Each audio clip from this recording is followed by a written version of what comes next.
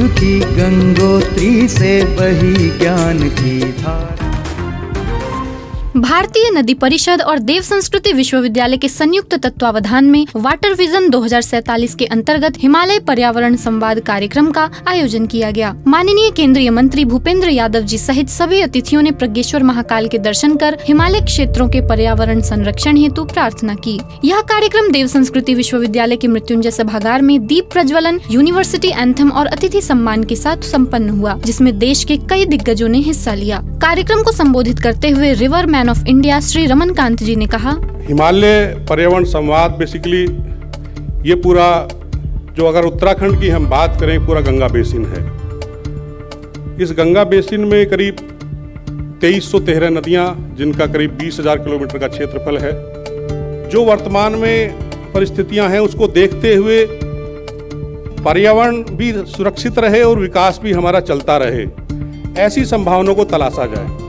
उत्तराखंड एक समृद्ध उत्तराखंड पर्यावरण प्रेम के साथ, क्योंकि देवभूमि भी है, उसके साथ हम ऐसा कुछ स्वरूप बना सकें जिससे कि भविष्य के उत्तराखंड को हम अच्छे रूप में देख सकें। राष्ट्रीय हरित अधिकरण के सदस्य श्री मनु गौड़ जी ने कहा, देव संस्कृति विश्वविद्यालय के इस प्रांगण में आयोजित इस चर्चा पर और इस शुभ दिन, जिस दिन परम पूजनीय गुरु जी की जयंती भी है, जैसा कि हम सब जानते ही हैं, माल देवता में आपदा आई। माल देवता में क्या हुआ? आपने रिजॉर्ट बनाने के लिए नदी के रुख को मोड़ा। पानी कभी कोई अगर इस सैलाब का, इस पानी का रुख मोड़ पाया तो असंभव सी बात है। लेकिन उस माल देवता क्षेत्र में 5-6 वर्षों से लगातार हर साल यही चीजें हो रही हैं। लगातार हर साल आपदा आ रही है, लेकिन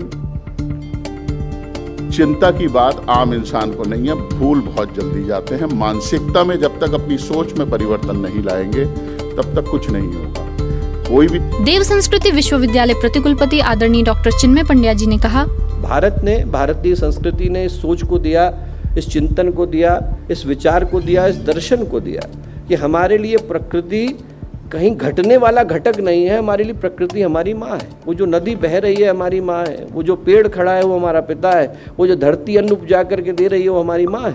और जिस दिन से मनुष्य के अंदर ये भाव आया कि ये माँ नहीं हमारी नौकरानी है, ये पानी बह रहा है हम लोग बांट ले, पेड़ खड़ा है हम लोग काट ले, उसी दिन से समस्याएं शुरू हो गई। आज उन पंच तत्वों के अंदर असंतुलन आ गया है। हवा अकेले को उठा करके देखें तो आज युद्ध और आतंकवाद से उतने लोग नहीं मर रहे जितने एयर पोल्यूशन के कारण मर रहे हैं। जो प्रश्न महत्वपूर्ण हो गया है वो ये कि आप गंगा का इतिहास बच्चों को पढ़ाना चाहते हैं कि गंगा का भूगोल पढ़ाना चाहते हैं। ये पढ़ाना चाहते हैं कि गंगा ऐसी दिखा करती थी, या ये पढ़ाना चाहते हैं कि गंगा ऐसी दिखा करती हैं। और दोस्तों, प्रश्न और किसी के सामने नहीं है, हमारे सामने आकर के उपस्थित हुआ।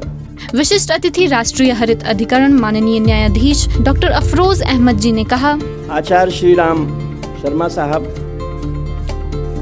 के बताए हुए रास्तों पर, उनकी पुस्तकों का बहुत ही, जब स्टूडेंट लाइफ में था तब भी और बाद में भी मुझे पढ़ने का मौका मिला।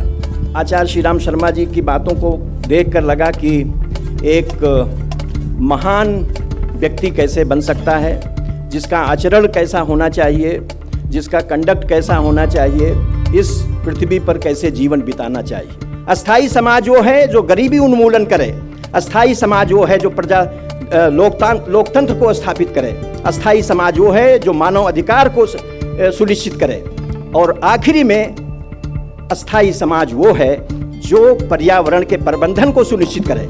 अगर ये पांचों प्रिंसिपल उद्देश्य हम पूरा करते हैं तो अस्थाई समाज को बना सकते हैं।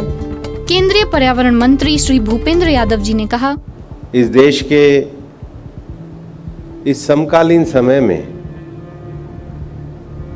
पंडित आचार्य श्री राम शर्मा गुरुदेव जी हम सबके सामने एक बहुत बड़े साधक हुए। उन्होंने उनकी साधना के अमृत वर्षा के स्वरूप पूरी दुनिया को युग निर्माण का संदेश दिया, और आज जो अनेक देशों में उनका कार्य चल रहा है वो दुनिया भर में मानवीय एकता के लिए, सामाजिक एकता के लिए, आत्म विकास के लिए और उसके साथ साथ आध्यात्मिकता को विज्ञान से जोड़ने के लिए कार्य कर रहा है। मैं गायत्री परिवार को उनके इस अनुकरणीय कार्य के लिए बहुत बहुत बधाई देता हूँ। मैं भी आचार्य जी की पर्यावरण की पुस्तक पढ़ रहा था। जिस सर्कुलर इकोनॉमी की बात हम कर रहे हैं, रीयूज, रिसाइकल, रिप्रोड्यूस की बात हम कर रहे हैं, आचार्य जी का पूरा पुस्तक में आप पढ़िए, उन्होंने लिखा है कि भाई ये कचरे के ढेर को कैसे रोकोगे। इतना बड़ा विजन उन्होंने दिया। 30-40 साल पहले कोई इसको सोचता नहीं था। पर्यावरण का सबसे पहला जो लड़ाई है वो मनुष्य का माइंडलेस कंजम्पशन है। इस आयोजन में जल संरक्षण, हिमालयी पर्यावरण और भविष्य की चुनौतियों पर गहन विचार विमर्श किया गया। आयोजन में 4225 वृक्षों की छाया में बसे देव संस्कृति विश्वविद्यालय के बुकलेट का विमोचन किया गया। आने वाले समय में यह संवाद जल और पर्यावरण नीति के लिए एक नई दिशा प्रदान करेगा। अखिल विश्व गायत्री परिवार की देश विदेश में हो रही सभी रचनात्मक, सृजनात्मक, सांस्कृतिक एवं आध्यात्मिक गतिविधियों की जानकारी के लिए बने रहें हमारे साथ और देखते रहें युग प्रवाह। और अब मॉडर्न स्पिरिचुअलिटी पॉडकास्ट में जानिए अपने कॉन्फिडेंस को बूस्ट करने के आसान और असरदार फॉर्मूले युवा आइकॉन आदरणीय डॉक्टर चिन्मय पंड्या जी से, सिर्फ शांति कुंज वीडियो यूट्यूब चैनल पर।